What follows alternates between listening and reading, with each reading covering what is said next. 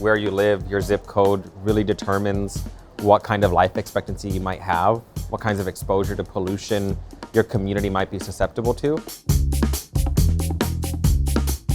4 years ago, we passed the HEAL Act, the Healthy Environment for All Act. This was a part of Front and Centered, and a lot of our member organizations, a huge coalition took part in it.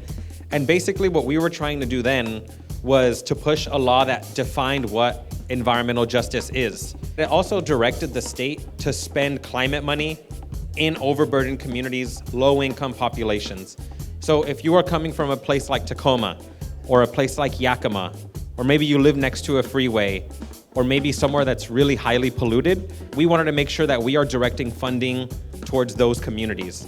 The Healthy Environment for All Act really was trying to rectify some of those past wrongs and set goals for the state of Washington. So as we're tackling the climate crisis, we are not forgetting the most frontline impacted communities, low-income communities who are facing the impacts of the climate crisis first and worst. I think the HEAL Act is a really big deal. I think it was a really big community effort that is going to bear fruit, I think, in the policy that we do this year, next year, and in the future. And it's my understanding that we hadn't had a bill that sort of looks at environmental health disparities in 30 years when this bill came forward. I do think it's given us a framework that was desperately needed. What we've been able to do is change the culture at some of these state agencies so that they're adopting environmental justice, community engagement into their work, so that environmental justice isn't an afterthought, but it's actively being baked into the different kinds of transportation policies, energy policies, really directing where some of the revenue for the cap and trade program might go.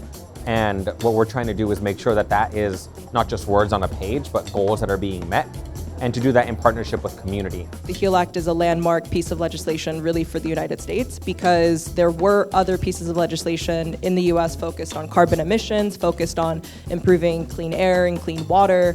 But the HEAL Act for our state has the distinction that we are looking at health disparities. We're looking at improving the outcomes for frontline communities. One of the difficulties I think that we're running into is that since there is such a big budget crisis in Washington state, a lot of good laws, a lot of good programs like the HEAL Act are getting cut across the board.